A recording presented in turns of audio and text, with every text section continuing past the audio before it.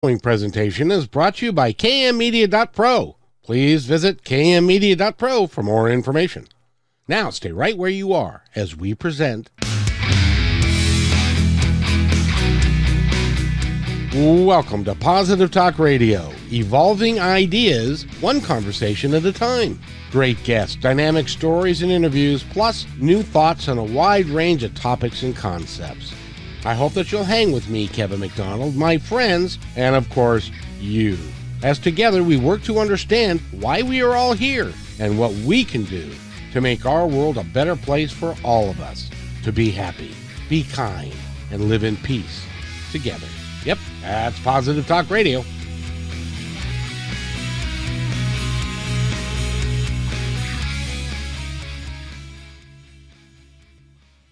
Dog Radio, and yes, please click subscribe and do all that stuff you're supposed to do so that I can get more clicks, so that more people can hear this wonderful interview that I'm about to do with a gentleman by the name of G. Scott Graham. He's been on the show before. We hit it off. We have a wonderful time every time he talks, and there's always something interesting to talk about when we talk to him. He is an author. He is also a coach, and a word I cannot pronounce. They're true azimuth. Is that True right? Azimuth. That's the name of my coaching practice. You know, when I was in Florida once, there was and this is not meant to put down Floridians, but she's like, I thought your email address was true as a moose because you were from New England. And I'm like, oh, geez, Louise. Only in Florida. Only in Florida. True as a moose. Yes. I live my life following the moose way. Yes. It is a large way, but it's important. Right. So, before we begin, we have to talk about what your latest adventure was, which is something called the Other Mutter, or what? Tough Mudder. Tough Mutter. Yes. That was Mudder. So it's not like, hello mother, hello father. Hello mudder. Hello father. It's not that one at all. No. It is mudder as in mud. Yes, and my son invited me to go along to do one of those years ago, and I said, he showed me a clip of what they do, and I said, well, no, I'll watch. I'll enjoy you doing it. But you got the tender age of, you went out there and you did it anyway. Congratulations on finishing. I did. This is my fifth. Oh, wow. Yeah. Explain to our audience what that is if nobody's ever participated. So you all probably have heard of these kind of obstacle races, mud runs, challenge races. They usually have them at ski resorts in the summer, sometimes in golf resorts in the hump season when their golfers aren't out there. I did one on a golf resort in Maine before it became golf season, although some golfers would be out in February with orange balls. But the golf course was closed, and we did the Tough Mudder there. And it's a series of obstacles that are spaced out over a certain length of terrain that you have to go through. So it ranges from 5K for the introductory Tough Mudder, and there's a 10K, and then there's the 15K Classic. That was the one that's been around for ages, and in the last couple years, they, in an effort to kind of market themselves to more people, have come up with these smaller races so that someone who doesn't feel like they can run or walk or hike 10 miles can go and do a 3-mile one and get over the obstacles. But I got to tell you that if you're considering doing a race, I highly recommend the Tough Mudder, because that race is about people supporting each other. In fact, when we started the race, the person who says, get on your mark, set, go, that stands at the starting line, got everybody in a circle. Everybody got on their knees, and we had a moment of silence for veterans. And then he was really clear with us. He said, I want you to look around you. Everybody here is on your team. If one person is struggling, it is your job to turn and help that person. If you're struggling, it's somebody else's job to help you. So if you came here by yourself, I want you to know you're not by yourself anymore. You're on a team of 60. Oh, that And is pretty cool. that's huge. That's huge because then when you come to an obstacle that you might struggle with, you can get support from other folks. And if you have a difficult time, you can skip that obstacle, unlike other races that you might be in. I mean, he's pretty clear. There's a number of water elements, and he said, I want you to be really clear. He said, if you can't swim, don't go in the water. He said, I say that every single time, and every single time someone who can't swim goes in the water. He says, so he says, skip those elements. And the same thing is true. They have a number of elements that have electrical wires in them. And they have typically 10,000 volts of electricity flowing through these wires that you either run through or something. And they say the same thing. If you have metal in your body or you have a heart condition or a pacemaker, do not go through the electrical wires. They want you to be safe. Well, yeah, because a pacemaker could turn out badly. That could turn out really badly. Yes. Well, and you were mentioning before we started that there's a particular obstacle that you go over. It's called the Berlin Wall, and there were so many people that were taken with it that there were people that raced the day before to come back just to help people over the wall. Yeah, there were two women there that had raced the day before, and they were there to just help people get over this 12-foot wall. Because I mean, 12-foot wall is pretty hard to climb by yourself. I hope there's a rope. I assume there's a rope. There is no ropes, but if you get enough running start, you can get your hands up high enough that you can slowly pull yourself up. And then for every single person that was there, as they're struggling to pull themselves up, they're like, just give it one more pull. And one of those women would go on their legs. They'd be like, I did it. Yes, you did. It was the magic of the Tough Mudder. The spirit of the mud that filled your body and got you over that element. So you're telling me that this wall is 12 feet high and people could run and jump and get their hands on the top of the wall. Like that. I'm telling you what, not happening. I would probably pull my fingers out of my socket if I could jump that high. But there was a number of people that would run up and they'd go, and they wouldn't get there.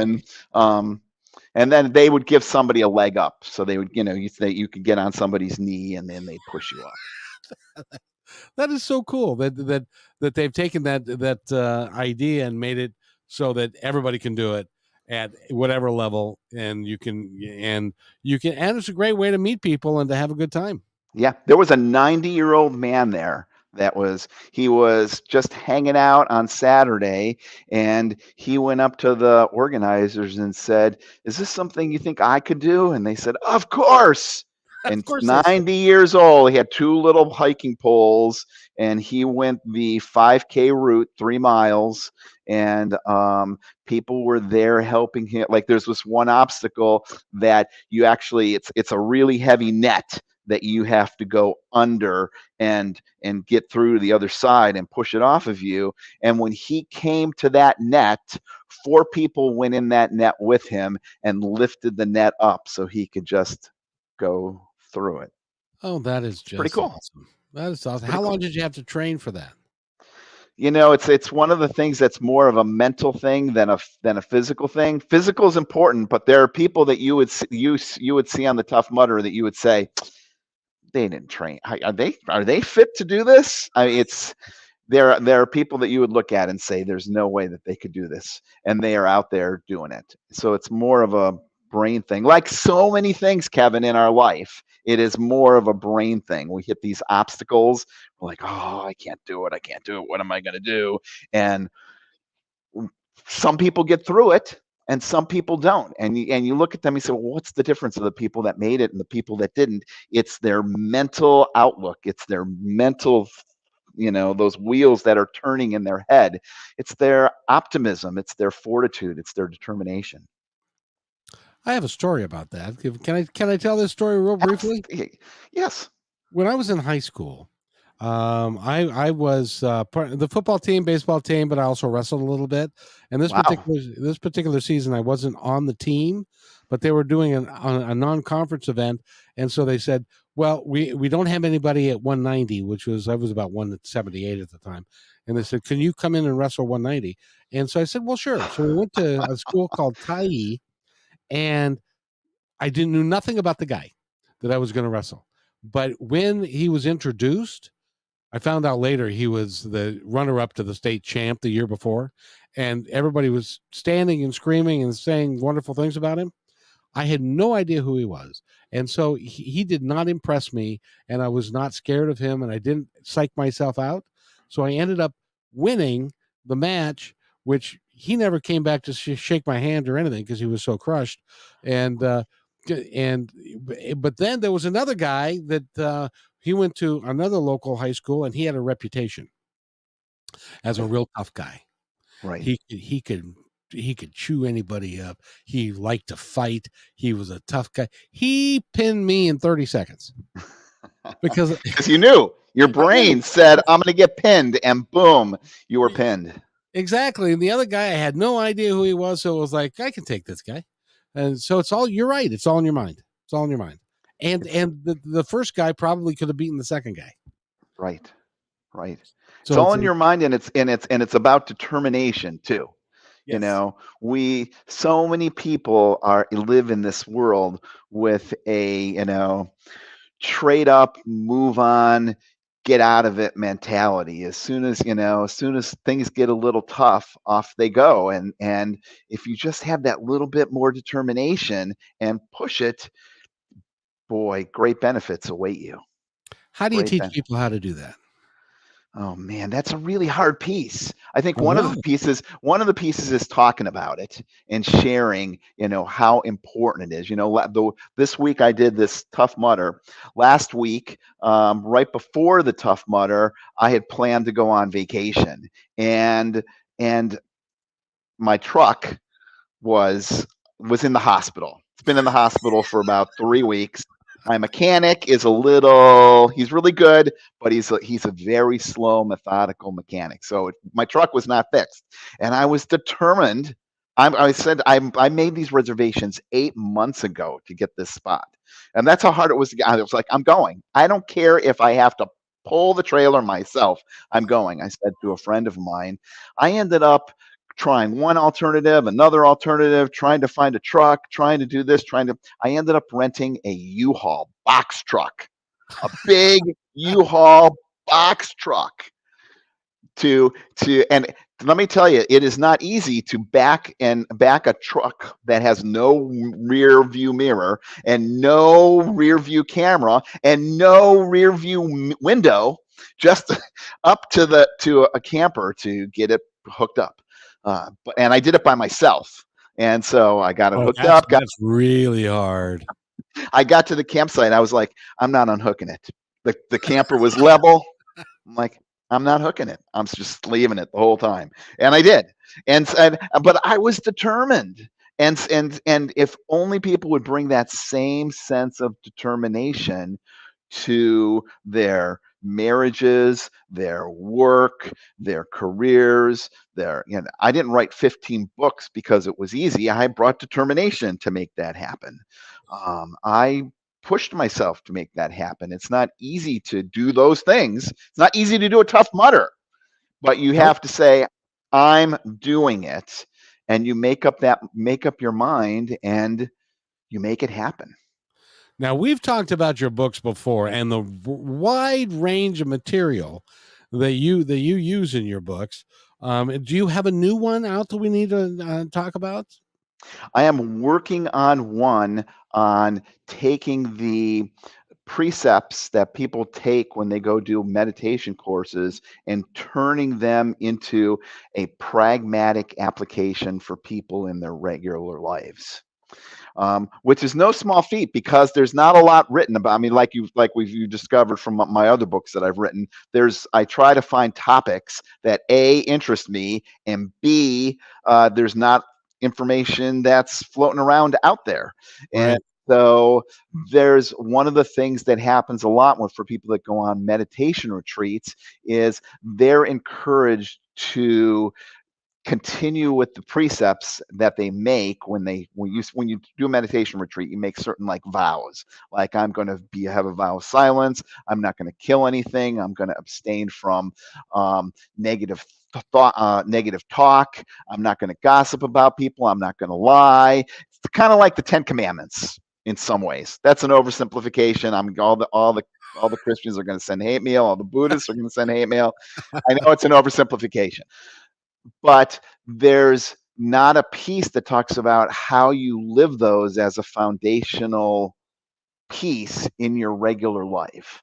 And so that's my next tackle. I hope to have that out in the next couple months. Well, I'll tell you, but ladies and gentlemen, this is a man who's gone on a meditation retreat and shut his mouth for 10 days. Now, if you've listened to him talk today, you can't imagine how tough that would be to not say a word to anybody for like 10 days. I'm not, it's not in my DNA. I don't know that I could do that. Well, it's kind of like the Tough Mudder, but it is kind of like the Tough Mudder, except It's it's the for same your own thing. brain. And Yeah. along the way, you have obstacles and difficulties and want to quit, and it's really hard. But those things that are hard, especially when we push through and work through the struggle, really transform ourselves. Um, so that's why I've done those retreats, and that's why I continue to do things like the Tough Mudder, because there's a level of insight and growth that come from those. Well, and you test yourself, and then when you succeed, you can be really proud of yourself and who you are, and your Right, friends and all that kind of stuff. So, and right, it's a great team building exercise. right. Until the next one. Yes, Right. Then it's like, okay, I've got the next one or the next piece or the next, as it is with all things in life. All yes. things with life. Right. Well, You and think you're go ahead.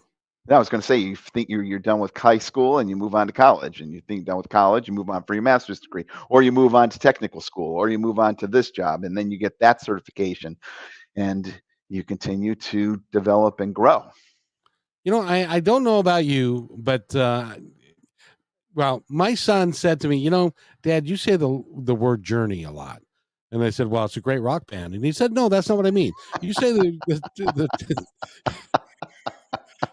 you say the word journey a lot because, and I don't like that word. And I said, what would you have me say instead? And it's like, well, I don't really know, but and I tried to explain to him that the older I get, the more when I look back at my life and the life of other people that I've known, that it is a journey.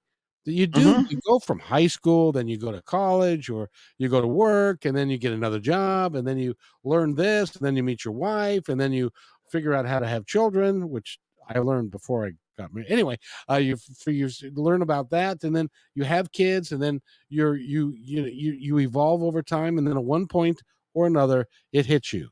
Is this all there is? And why am I really here? And then you start a whole different path that you get to go down, and that's continuing the journey of your life, which is, I think, it's really breathtaking when you think about our lives as a journey from beginning to end. It is. That's a great way to do it. That's a great way to think about it. Next time your son says that to you and says, you say the word journey a lot, you should look at him and say, because my core message to people is don't stop believing, and see if where that goes. It goes over his head, where it is. No, That's really the message to your son. Right? yeah, no, he'll get that one. He'll get that one because you know. But that's very good. Don't stop believing, and and that's true. I get inspired by music. That is one of those songs that does inspire me. Don't stop believing because you can do anything. Absolutely. Absolutely. And so this is talking to a guy who's written what 15, 20, 25, 30 books. So, and 15 so far, but my goal is 100 before I die. Well, let's see. You've got 50 years, 60 years, maybe 70. So you're going to be good. If I do 10 every couple of years, I should be on my way. They're not big books, but they're, meaningful books. They're meaningful and impactful. That's my goal. That's my goal. Yeah. That's my goal. It's really nice when I've gotten messages from folks that have talked about how reading a part of this book or a part of that book has really been helpful for them. That to me really means a lot, because part of the way I see myself on this planet is having an impact on other people in a positive way. And when that happens, that for me is priceless. You and I, young man, are of the same mind, because if we can put together a podcast, if I can put together a show that impacts one human being in a positive way, I've done my job. And that's all we can do. It's important that we, and I think that it's important for everybody to be kind to one another, to take care of one another, to do the Tough Mudder thing, and to help each other over the 12-foot wall. Especially in this day and age where things are so divisive and so fraught with conflict and arguments and agita and people enmeshed in their own religious, political, social differences with each other, battling it out on social media. We forget that we're all in the same boat, and that rowing in different directions is not the solution. I hate to say this, but you know what the single largest group of Americans is growing in this country? What? The people that have either been a victim of, or a relative or a friend of a victim of, gun violence. Yeah. There is a group that's growing because of the number of people that are involved, with the parents of the kids that are killed, and in Sandy Hook, and the one in Texas of the name I can't pronounce, and all of that. And so what do you know, Scott? We don't often on Positive Talk, we don't often talk about those things, but I value your opinion, because you're a very learned man in a lot of different subjects. And Positive Talk, no, don't shake your head like that. Yes, I am. But see, Positive Talk is not about airy fairy pie in the sky, rainbows and puppy dogs. It's about, we need to be more positive in a lot of different ways. But how do we get there when the divisiveness and the vitriol and that stuff is so great? And then, since the shooting in Texas, Hmm. there've been 10 more in this weekend, where multiple people were killed. Right. Uh, Right. Yeah. what are we doing? How do we what's your opinion? I don't have an answer. Well, I think, it, I think so many people, both on the right and the left, the north, the south, the east, the west, we are all just so fearful about what's going to be taken away from us, or how things are going to hurt us, or how we're so fearful and protective. We're like that being in the Lord of the Rings that like has the ring that only like cares about it's they calls it precious, right? And Golem, like Golem. yeah, and people are just wrapped up with this, my precious gun rights, my precious sanctity of life, or my precious choice. And there's not a peace when people can talk, when you're so wrapped up into protecting the peace that you have from you've got a wall built around you. It's like those Berlin walls, and that the only way to get over, we were talking earlier, is someone has to help you, right? But if you build the 12-foot, 20-foot, 30-foot wall that no one can penetrate, and your little space is safe for you and you're protected, then you're insulated, and you're not growing, you're separate. I mean, it's the antithesis of being positive, because being positive is reaching out, building relationships, taking risks, being exposed, having courage. All of this other stuff is fear-based. It's really sad. We are living, it seems like, in one of two worlds. There's a group that is working out of love, and there's a group that's working out of hate, division, and fear. Mostly fear because they're scared of what can happen. Right. Right. And unfortunately, you see that so much on the national news. It's the fear that sells. Fear sells newspapers. Fear sells whatever radio shows. All of this stuff, ads. Fear, fear, fear, fear, fear. And we rarely hear about all the good things that are going on, all the efforts that are people. This 90-year-old who did a Tough Mudder didn't make national news. Didn't even make local news. It made Positive Talk Radio, which is, but it's this symptom that we're just so wrapped up around all this negative stuff. And there's not enough effort. I have a great example for you.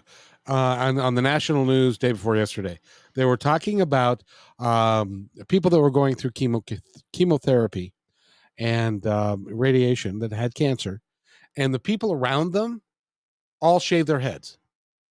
There was a whole firehouse that shaved their heads in support of one of their guys that had gotten cancer because he was one of them. He was there. Mm-hmm. See, and Mm-hmm. I think that we need to broaden who we think of as one of us and who we think of as the other. Right. If we get rid of the other and realize that there's only one of us, that we are all the same, that we're all part of the same family, and treat us as that, it might change things a little bit, I hope. I would hope so. Yeah, that doesn't do it. I have no idea. You see, you look at all the wars that have happened over time. There's just differences between people, right? Because you speak this language and I don't speak this language. We're people that might be the same color skin, eye color, and hair color are fighting because there's some different dialect in their language. Or some different way that they, one group exits the church on the left and the other group exits the church on the right. And that means, let me tell you, we're going to war over this because you are blasphemers, because you're going out on the right and we're going out on the left, right? Think about it.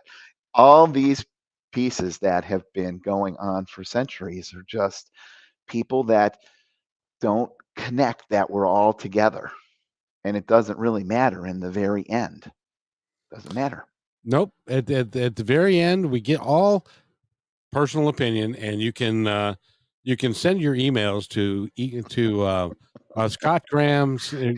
She's Scott Graham at no, I'm kidding. But in my opinion, we all are going back to the same place. We all came from the same place. We're all going back to the same place. And on the other side, all there is love, caring, and taking care of each other. And we come down here and people get caught up in fear, and they're going to take it from me. I'm going to lose my job because this guy who can't even speak English is going to come take my job. It gets crazy. Yeah. And the big piece that's around this fear is this grasping for what we have. They're going to take this from me, right? It's not just a job. It's my job. It's not just a neighborhood. It's my neighborhood, right? You see that all the time. People are like, oh yeah, we see that all the time in New England. People are like, you know what? We need to get away from nuclear power. We need to have renewable sources of energy like wind power. And then somebody says, we're going to put a windmill on top of that mountaintop. And the next thing you hear is, not in my backyard. No, you're going to put it on that mountaintop over there. And then that person says, well, not in my backyard. You're going to put it on that mountaintop over there, right? Everybody's like, oh, we have to have renewable energy. But when it comes to putting them someplace, the issue becomes me and mine and I, right? My backyard is not the good place for this. Your backyard's fine. I support these renewable sources in your backyard, but not in my backyard. We just get so wrapped up with this stuff. And that's really the piece that keeps us frozen. Even when we're married, when you look at all the conflicts between couples that come to place, it probably all boils down to One person saying, this is my way, this is my stuff, this is my belief, this is how sex has to be for me, this is how the money has to be for me, and the other person is saying, oh no, this has to be this way for me, this way for me, that way for me. And when you ask someone where the problem is, you know, the father says, the father never says, the father husband says, I'm not the problem. My spouse changed just a little bit, and my son, if he just changed just a little bit, my daughter, she just needs to change just a little. Everybody in the whole world just needs to change just a little. Not me. I'm fine. I'm perfect, just the way I'm fine because I'm me, right? Right. Yeah. So when you're working with a couple, and working with two people, even if they've been married a while, a lot of times the depth of their relationship is not, and I'm a personal survivor of this. The depth of the relationship was not good enough to withstand the changes that happen over time. Does that make sense? Absolutely, because the reality is, this is the other piece. Changes are going to happen over time. They are inevitable in Yes. everything, and relationships, everything. Changes are going to happen. And when you get wrapped up to me and mine, we used to play chess and now we don't anymore, or we used to go here and now we don't anymore. You get wrapped up with your own memories. If you haven't made the relationship deep enough, it's going to shake. It's going to have problems. Well, because it's like, even if somebody decides, okay, I really want to work on this marriage, and I really want to sit down once a week, and I want to really have a conversation, or do the 60-day challenge, which is one of my guests. It's 60 days of sex every day, and it's like we want to do, and for married couples, and it's like we want to do a sex challenge. Thanks for clarifying that it was for married couples.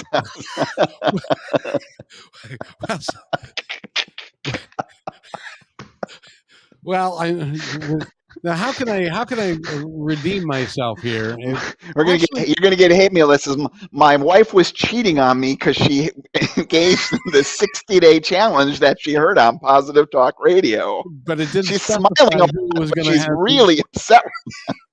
But he said to have sex for 60 days, but he didn't say with who. Oh boy.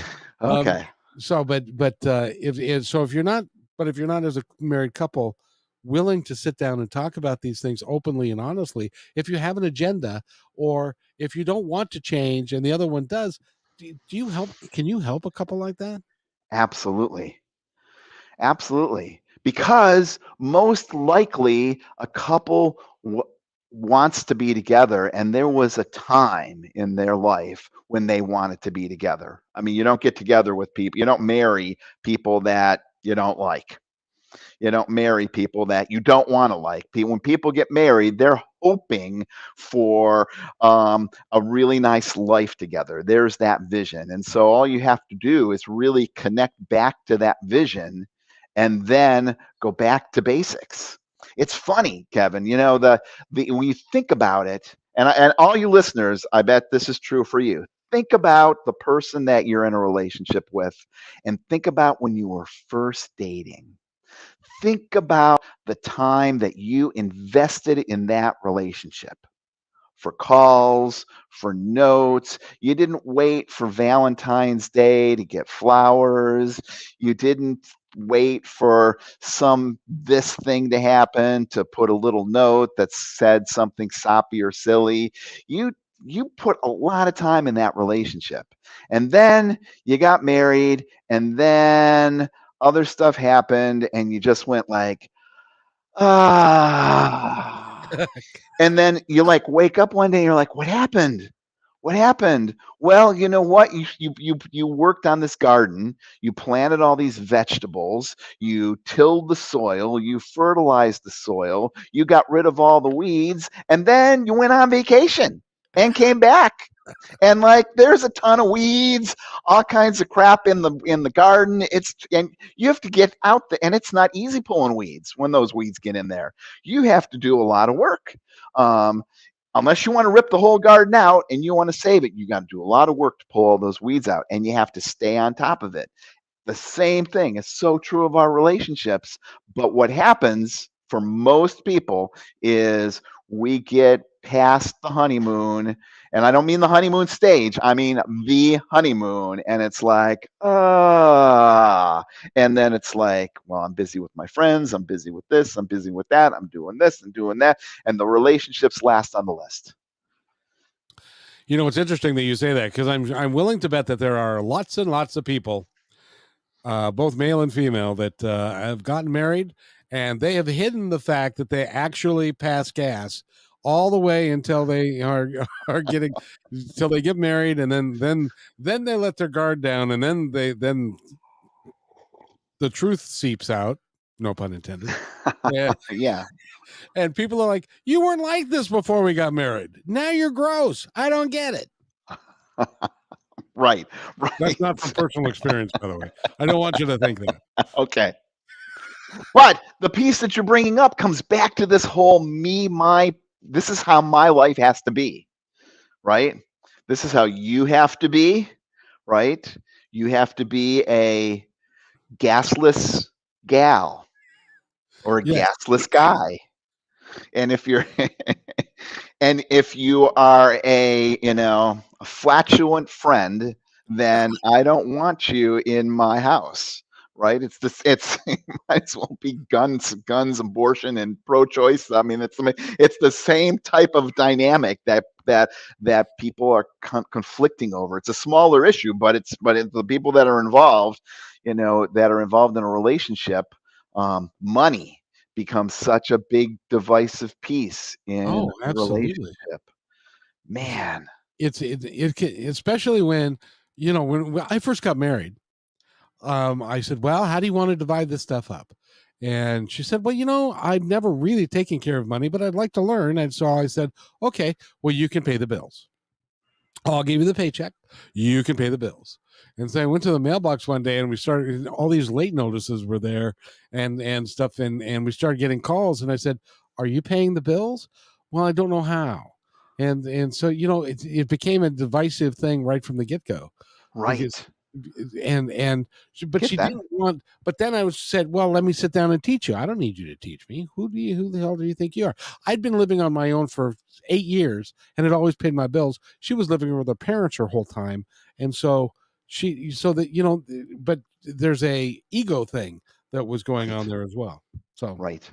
So key, Kevin, and this is for all the listeners out there, and this is not just this is not just for you in 2020 hindsight or Monday morning quarterback that's all here. right. You can do some of that. It's the necessary. the key here around the relationships is having some peace from the very beginning, where you can sit down on a regular basis and talk about how are things going, how can I support you, how can you support me, and what's going good in our relationships, what's going bad in our relationship, what do we need to improve on, what do we need to do more of, and have those types of conversation, not once, not twice, but I am talking like at least monthly, if not every other week, forever. Because if you had those conversations around this stuff, you would have been like, how's the finances going? Let's talk about this stuff. How's these other pieces? Can I help you with anything? And you already had that dialogue. Then when it got to that point, it could be, let me help you with this. How's that going? How's that bill? How's that? I know with my spouse and I, we flip flopped on who took care of the money, and I did a better job than him. No, he did a better job than me. Um, so I don't want him to like come down from heaven and haunt me for misspeaking that piece. He did a much better job around this stuff than I did. And since his passing, I've really had to be on my A game to stay on top of stuff, because he was really good at managing that stuff, and I didn't have to worry about it. And we sat down and talked about it. How's it going? Where are we going? What's the priority? Here's this. What's happening with this bill? Are any late notices coming? Because it wasn't a piece where it was, hey, you take care of the money, I'm done. Or, hey, you take care of the kids, I'm done. There was a regular piece of, all right, your primary job is to take care of the money. How are we doing on it? Can I help with any? Are there any glitches that are coming our way? They do it for businesses.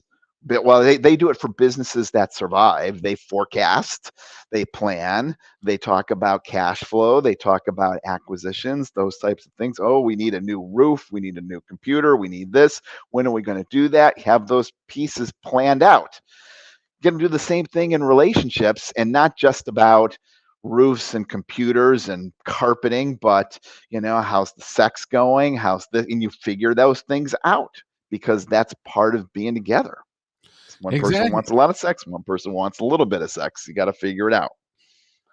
The interesting thing that you say that, I want to present a scenario to you, Uh-oh. and because you're a coach and you work with couples, Mm-hmm. how do you handle the situation where it just seems like every time I come to you and say, "Hey, baby, what's going on?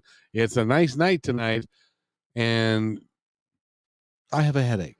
I don't feel like it. I'm tired. Unless she isn't, but she always gets the say. It's always the one she's the one who is the gatekeeper. So Right. you don't if you want to and she doesn't, it doesn't happen. If you want to and she does, it does happen.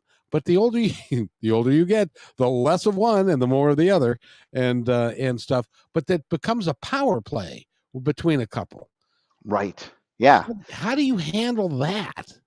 Well, it comes back to these kind of weekly conversations and talking about things like cat food, groceries, money, all these other things. And then at some point in that conversation of, how are we working together? What are we doing when we go on vacation? Oh, you have to be over here. We have to leave, with me and my relationship.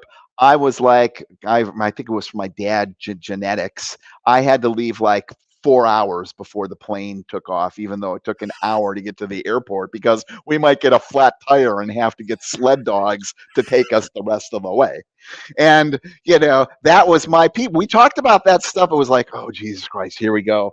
It's an hour and a half to get to the airport in an hour, and you want to leave 4 hours. And Brian wanted to leave like, 45 minutes to get to the airport, because he figured he'd go fast and we'd go through stuff. So it was like this. And that was a piece that we worked out. All right, how are we going to work this out? And then sex then just becomes, if you're working those things out, another piece to be discussed and solved. So you say, you know what? And listeners, if you're not having this conversation, do not just trot up to your spouse and say, hey, you're frigid. That's what I heard on Positive Talk Radio, and we better start getting laid on a regular basis. You don't want to do that. You start having a conversation, and then at some point you say, hey, there's this piece that's going on. I am always the approacher. We get in these dances in relationships. They are like a dance where one person leads and one person follows. And so you have to be able to say, you're leading on this piece. I want to lead on this piece. Or I'm leading on this piece and you follow. Things need to shift around. So for us to do this, sex isn't fulfilling.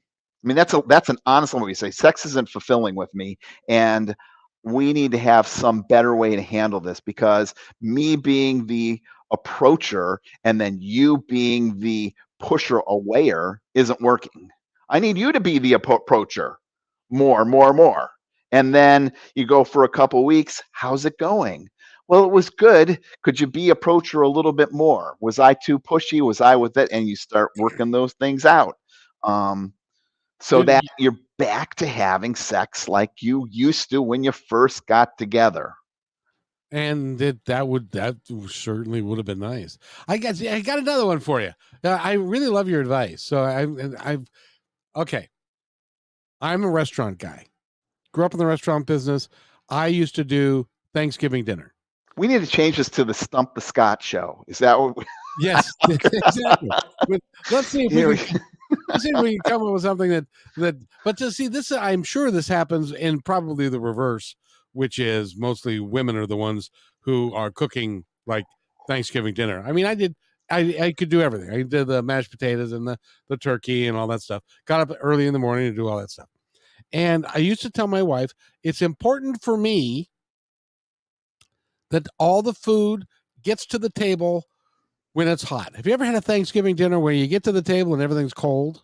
Right, right. Or some things are hot and some things are cold. Yeah. Yes, whatever got fixed last was hot, and what was first was cold.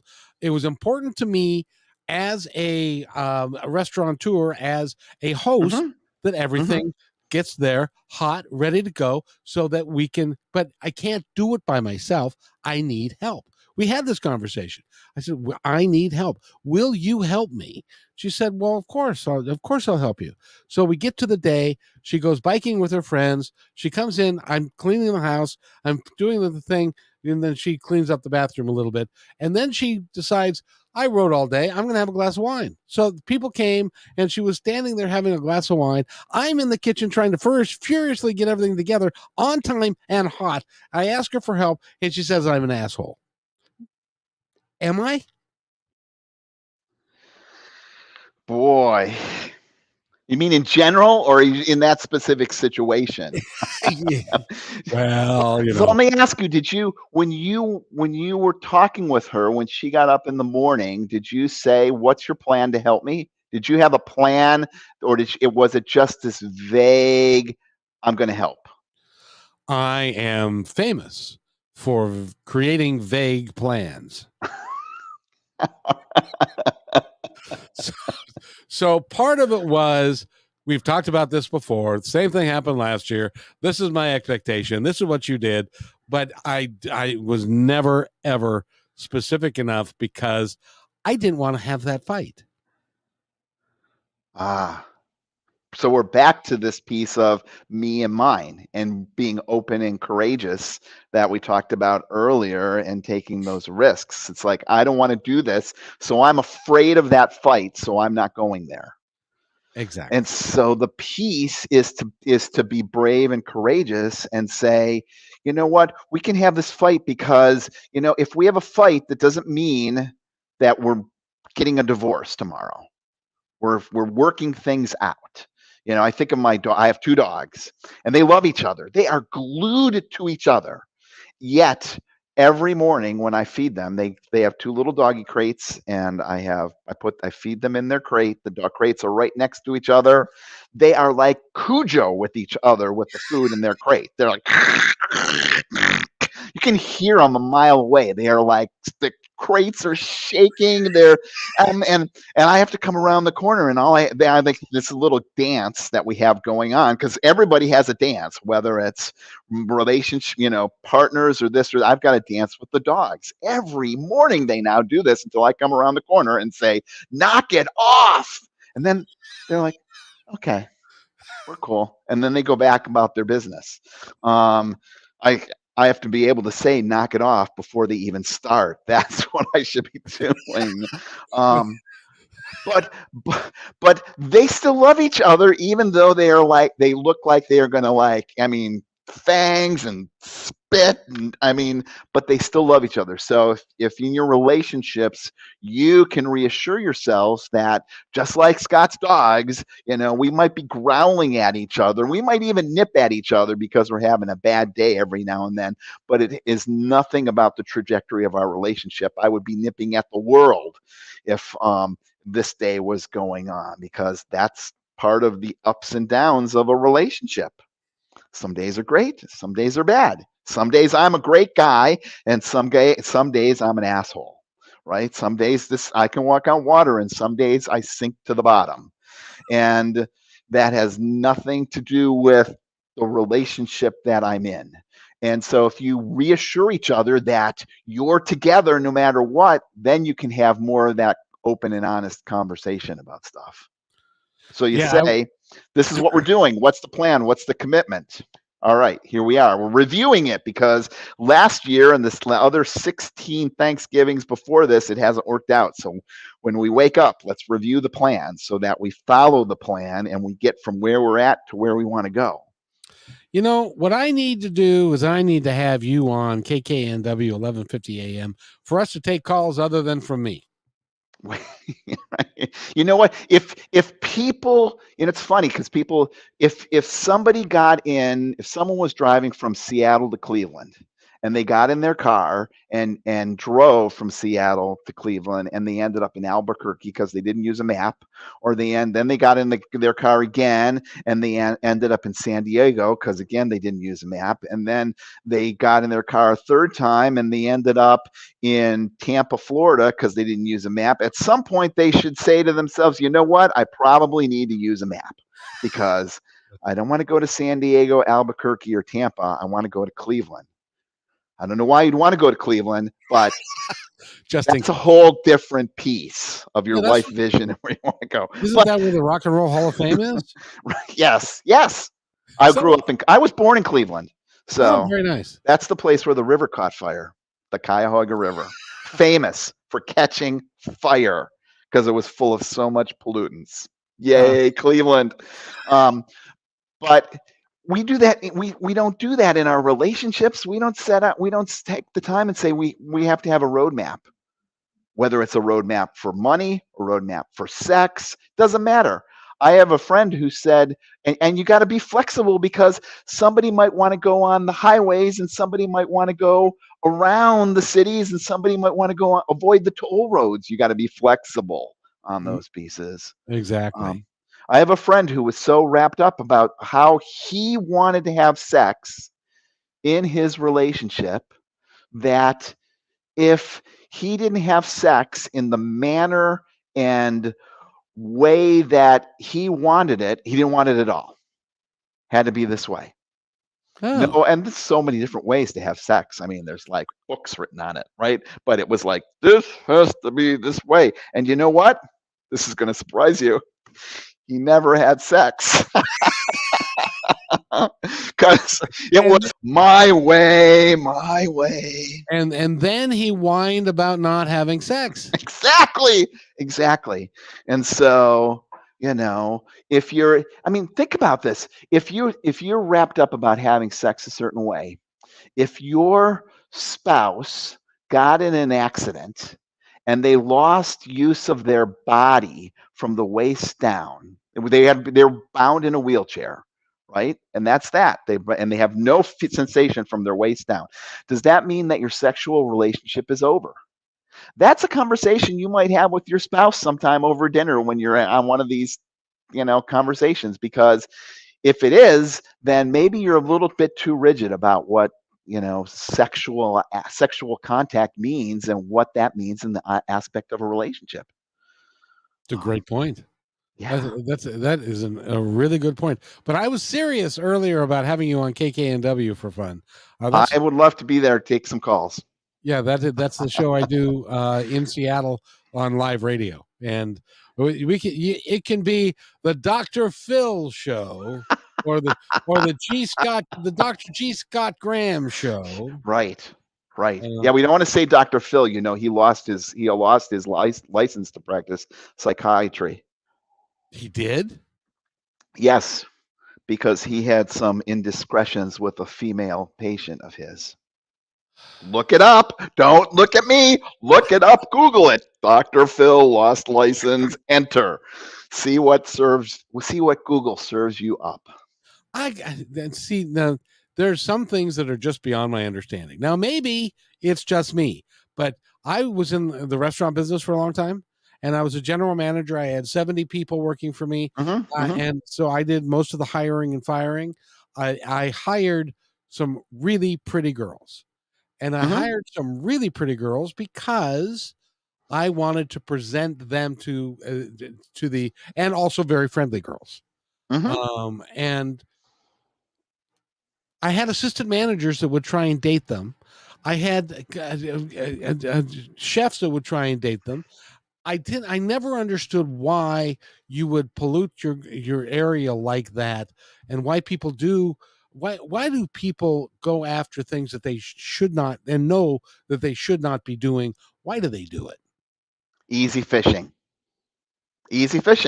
right? It's like, you know, that you shouldn't be. I mean, boy, if we could answer that question, we'd have the answer to, not just people dating, but I mean, look at what is the Southern Baptist Convention had just released this huge thing of all these priests, they're not priests, all these people in the Southern Baptist community that were doing all these indiscretions for years and years and years and years. Right? And they covered that up. They just released this. You can Google that, folks. You can do Southern Baptist and Google, indiscretions report, and you can read the report yourself on that. I mean, why do people do that crazy stuff? It's beyond me. I really don't know. But because, like we talked at the very beginning, it's all about me, mine, and I. What I want, what's important to me, my wall, my rights, my life, my choices. Everybody else get the F away from me, and we get insulated, and then we're not open and courageous, and then we're like wondering why the shit hit the fan. By the way, we're talking with G. Scott Graham. Go to his website, please, at gscottgraham.com. Go to the books. He's got 15 of them. They're all really cool. And we haven't talked about them like we did the last time you were here, but you can also go, there you are. You can also go to positivetalkradio.net, and both of his previous interviews are up. They are very funny, and they're very insightful, and we have a good time. So he's, did I tell you what I'm doing? What are you doing right now? But I know what you're doing right now. You're talking to me. I am. But what I'm doing is I'm picking like 120 people, and you've already been designated as one of the 120. Yes, that I'm going to have on a rotating basis, like once a quarter, whenever it works for you. To when you got a book coming out, something like that, and so that we can build like the 12 apostles times 10. Exactly, but there are 120 because I do 8 to 10 of these a week. You do a lot of these a week. Yes, you're really fun to watch.